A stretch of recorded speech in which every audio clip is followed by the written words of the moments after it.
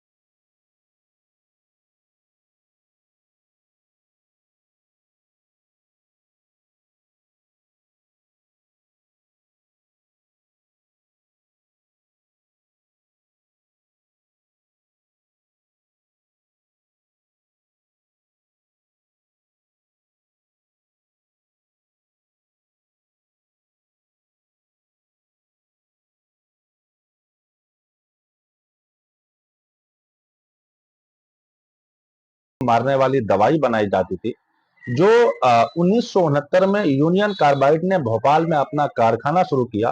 तो भोपाल वालों को भी लगा कि चलो नई फैक्ट्री लगी है तो लोगों को काम धंधा भी मिलेगा, और ऐसा हुआ भी। मगर जैसा कि मैंने आपको बताया कि इस कारखाने में कीड़े मकोड़ों को मारने वाली दवाई बनाई जाती थी, तो जाहिर सी बात है कि इसके लिए बहुत ही खतरनाक और जहरीले केमिकल्स का इस्तेमाल किया जाता था। और इन केमिकल्स में से एक केमिकल का नाम था मिथाइल एसोसनाइट, जिसे कि शॉर्ट में MIC भी कहा जाता है, जो कि काफी जहरीला होता है।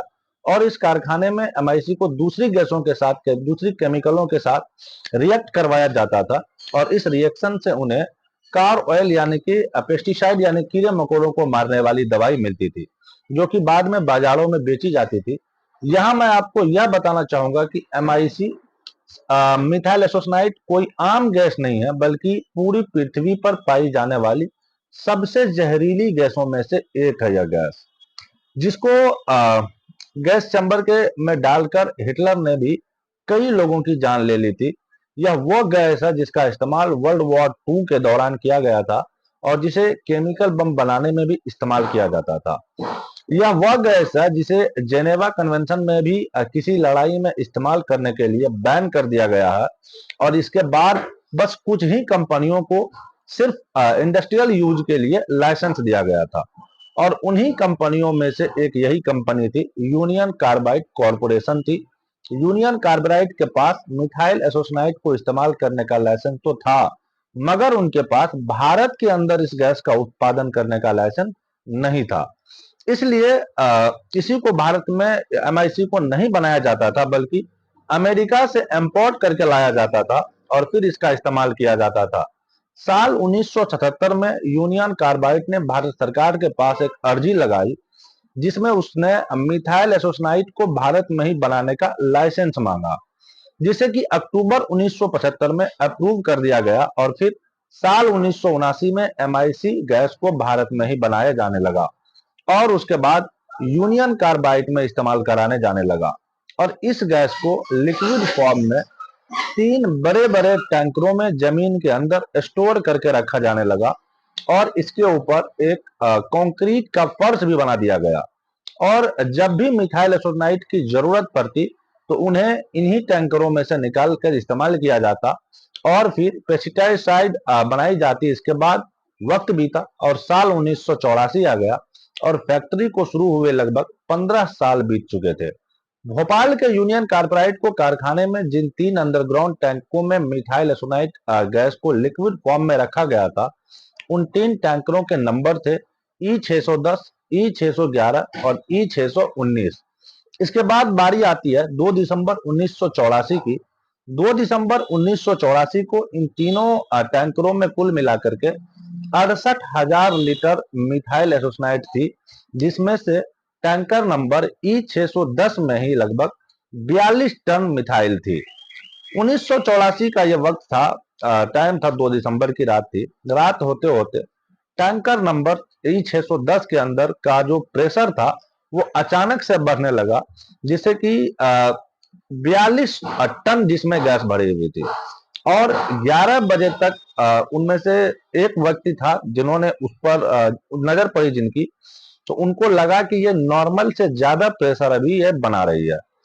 उसके बाद कर्मचारियों ने देखा कि E610 के अंदर का जो प्रेशर बढ़ रहा है, तो उन्हें लगा कि शायद मीटर की रीडिंग जो है वो खराब दिखा रही है, गलत दिखा रही है, और सब कुछ नॉर्मल है, ठीक है।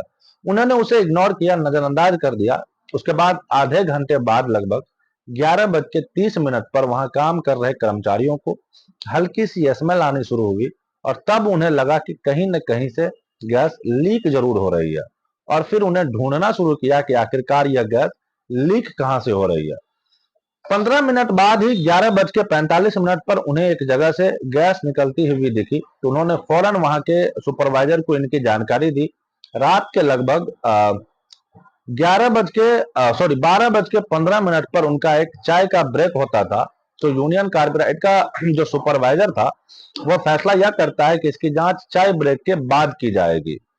उसके बाद रात 12:45 पर यह चाय का जो ब्रेक था वो खत्म होता है, और अब तारीख भी 2 दिसंबर से 3 दिसंबर में बदल चुकी थी।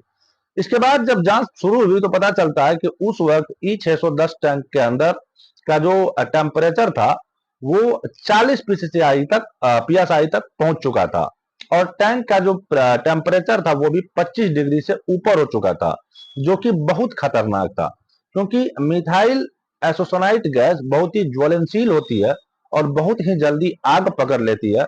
इसलिए इसका टेम्परेचर 20 डिग्री से ज्यादा नहीं होना चाहिए था। देखते ही देखते E610 का जो टेम्परेचर था वो 55 पीएसआई तक पहुंच गया, और उस टैंक का में वाइब्रेशन जैसा होने लगा। जो कि कंक्रीट का फर्श था उसके ऊपर, अंडरग्राउंड टैंकर के ऊपर बनाया गया था, उसमें भी दरारें आनी शुरू हो जाती है। उसके बाद तकरीबन 1 बजे के आसपास टैंकर नंबर E610 का इमरजेंसी गैस रिलीज करने वाला वाल्व जो है वो फटता है, और मिथाइल एसोनाइट गैस का गुब्बारा हवा में फैलने लगता है। अगले तकरीबन 1 घंटे के अंदर यह 42 टन जो गैस था वो भोपाल शहर में दाखिल हो चुका था। उस वक्त रात के करीब 2 बज रहे थे, और ऊपर से 3 दिसंबर की रात, तो ठंड भी बहुत ज्यादा थी। भोपाल के लगभग सभी लोग अपने घरों में, अपने घरों की रजाई में अंदर अपना आराम कर रहे थे, सो रहे थे। अचानक से लोगों ने खांसना शुरू कर दिया और उनकी आंखों में जलन होने लगी। उन्हें लगा कि जैसे किसी ने मिर्ची जला दी हो। सभी लोगों ने यह देखने के लिए अपने खिड़की और दरवाजे खोला कि आखिरकार हो क्या रहा है, और उन्होंने यही सबसे बड़ी गलती की थी। जैसा ही उन्होंने खिड़की दरवाजे खोले और बाहर आए, वह जहरीली गैस उतनी ही तेजी से उनकी सांसों में घुलने लगा। लोगों को लगातार खांसी होने लगी, उनकी आंखें जलने लगी, चक्कर आने लगे, उल्टियां करने लगे, उनका दम घुटने लगा, पेट फूलने लगा। उन्हें समझ नहीं आ रहा था कि आखिरकार यह हो क्या रहा है। उसके बाद ऐसा था कि जो उन्हें दिखाई भी नहीं दे रही थी और ना ही सुनाई दे रही थी, एक ऐसी चीज था, ऐसा आपदा था। अब होता यह है कि जब इंसान के ऊपर कुछ ऐसी मुसीबत आती है, तो फिर उनकी फितरत है कि वो इस मुसीबत से दूर भागना शुरू कर देता है। और उस रात भी हुआ भी ऐसा ही। लोग इस मुसीबत से बचने के लिए इधर उधर भागने लगे, और जो लोग भागे वही इस गैस का सबसे ज्यादा शिकार बने, क्योंकि जितनी तेजी से जो लोग भाग रहा था उतनी ही तेजी से वो सांसें ले रहा था, और जितनी बार वो सांस ले रहा था वो उतना ही ज्यादा जहर अपने अंदर भर रहा था। जब यह मिथाइल एसोडाइट गैस भोपाल के अंदर दाखिल हुई, तो यह गैस ग्राउंड लेवल से ज्यादा ऊपर नहीं गई, क्योंकि एमआईसी गैस का जो वजन होता है वो नॉर्मल हवा के मुकाबले 2 गुना ज्यादा होता है। इसीलिए इसका शिकार भी सबसे ज्यादा बच्चे ही हुए। अगर इस गैस का वजन हवा के बराबर, हवा से हल्का होता है, तो यह गैस लोगों पर असर तो डालती नहीं, शायद इतना नुकसान नहीं पहुंचाती। कह सकते हैं कि इस गैस ने उन लोगों को कम इफेक्ट किया जो लोग रजाई व कंबल के अंदर डालकर बेखबर सो रहे थे, या फिर जो लोग ऊंचाई पर दूसरी या तीसरी या चौथी मंजिल पर रहते थे, जिसकी वजह से उस रात उसकी जान बच गई। 2 और 3 दिसंबर 1984 की रात को इस गैस ने इतना आतंक मचाया कि अब लोग धीरे धीरे मरने लगे। इस गैस ने जानवरों तक को नहीं छोड़ा, क्योंकि सांस तो जानवर भी लेते हैं। उस रात आलम यह था कि अगर किसी ने भी सांस लिया तो वह मर जाएगा, और अगर सांस नहीं लिया तो भी उनका मरना तय था। लोग उसे एक तरह से भगवान से मौत मांग रहे थे, क्योंकि इस जहरीली गैस से जिस तरह से लोग तड़प कर मर रहे थे, उससे अच्छा उस रात उसे अपना सुकून की मौत लग रहा था। उसके बाद लोगों ने बदहवास हॉस्पिटल की तरफ भागना शुरू कर दिया। उस एरिया में सबसे नजदीक और फेमस जो हॉस्पिटल था वो था हमीदिया हॉस्पिटल। सभी लोग जल्दी से जल्दी हॉस्पिटल पहुंचना चाह रहे थे, जिसके लिए वो भाग रहे थे, और जो जितना तेज भाग रहे थे उतना ही जल्दी वो मर रहा था। किसी ने हॉस्पिटल पहुंचने में जल्दी में आधे रास्ते में ही दम तोड़ दिया, तो कोई हॉस्पिटल की दहलीज पर जाकर मर गया। कुछ खुशकिस्मत लोग थे जिंदा हॉस्पिटल पहुंचे, मगर वहां पहुंचकर भी कोई फायदा नहीं हुआ, क्योंकि जब यह गैस लीक हुई थी तो यूनियन कार्बोराइड की तरफ से हॉस्पिटल में फोन करके बताया गया था कि कारखाने में अमोनिया गैस लीक हुई है।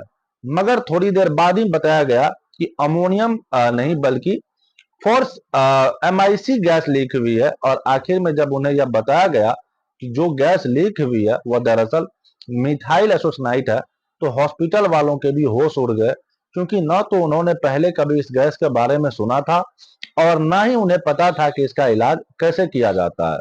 मगर हमीदिया हॉस्पिटल में मरीजों की भीड़ बढ़ती ही जा रही थी। 3 बजते बजते आलम यह था कि हॉस्पिटल मरीजों से भरा पड़ा था।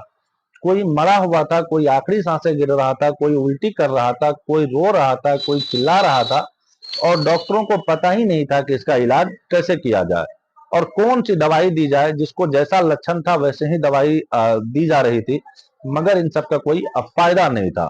लोग एक एक करके मरते जा रहे थे। लाशें इतनी हो गई थी कि हॉस्पिटल में उसे रखने की जगह तक नहीं बची, तो हॉस्पिटल के बाहर ही खुले आसमान के नीचे इस लाशों को बिठा दिया गया। इसके बाद वक्त बीता और इसका असर धीरे धीरे कम हुआ, मगर सुबह जैसे ही रोशनी की पहली किरण धरती पर पड़ी तो मंजर बहुत ही भयानक था। क्या गली, क्या मोहल्ला, क्या चौराहा, सभी जगह लाशें बिछी थी। आदमी तो आदमी, कुत्ते, बिल्ली, गाय, भैंस, बकरी सभी मरे पड़े थे। सिर्फ उसी रात 2259 लोगों की मौत हुई थी। 2259 लोगों की मौत हुई थी, और इसके अगले दिनों तक सैकड़ों की तादाद में लोग मरते रहे। 5,74,000 से भी ज्यादा लोग उस रात इस जहरीली गैस की चपेट में आए थे। इसके अलावा 2,000 से ज्यादा जानवर सड़कों पर मरे पड़े थे। सबसे ज्यादा जो एरिया इफेक्ट हुए थे उन्हें बजरिया, कैंची, छोला 9 या बाहर कॉलोनी और भोपाल रेलवे स्टेशन, या कई लोग जो रेलवे स्टेशन की पटरी पर ही मरे पड़े थे। पूरा हमीदिया हॉस्पिटल आंसुओं से भर चुका था, और इतना ही था कि उसका पोस्टमार्टम करने के लिए डॉक्टर कम पड़ गए थे। फिर फैसला यह किया गया कि हर 5-10 मुर्दों में से किसी एक का पोस्टमार्टम किया जाएगा, और बाकी के 5-10 लोगों को वही सेम रिपोर्ट बना दी जाएगी, क्योंकि सभी के लक्षण एक ही जैसे थे। उसके बाद शुरू हुई लाश को जलाने या फिर दफनाने का काम। जितने भी जानवरों की लाश सड़कों पर पड़ी थी उन्हें ट्रक में भरकर ले जाया गया, फिर ठिकाने लगाया गया। मगर उस दिन इंसानी लाशों को भी ट्रक और ट्रैक्टरों में भरकर शमशान घाट या कब्रिस्तान लाया जा रहा था। कुछ लोग इनको ठेले पर, तो कुछ लोग हाथ पर, तो कुछ लोग साइकिल पर। जिनको जैसा हुआ वैसे ही लाशों को लेकर शमशान और कब्रिस्तान की तरफ भागे। पूरे शमशान घाटों में चारों तरफ सिर्फ उन्हें लाश ही लाश और चिता ही चिता दिखाई दे रही थी। लाशों को लगकर जलाया जा रहा था, फिर भी लकड़ियां कम पड़ रही थी। उधर कब्रिस्तान का भी यही हाल था, वहां भी मुर्दे को दफनाने के लिए जमीन कम पड़ गई थी।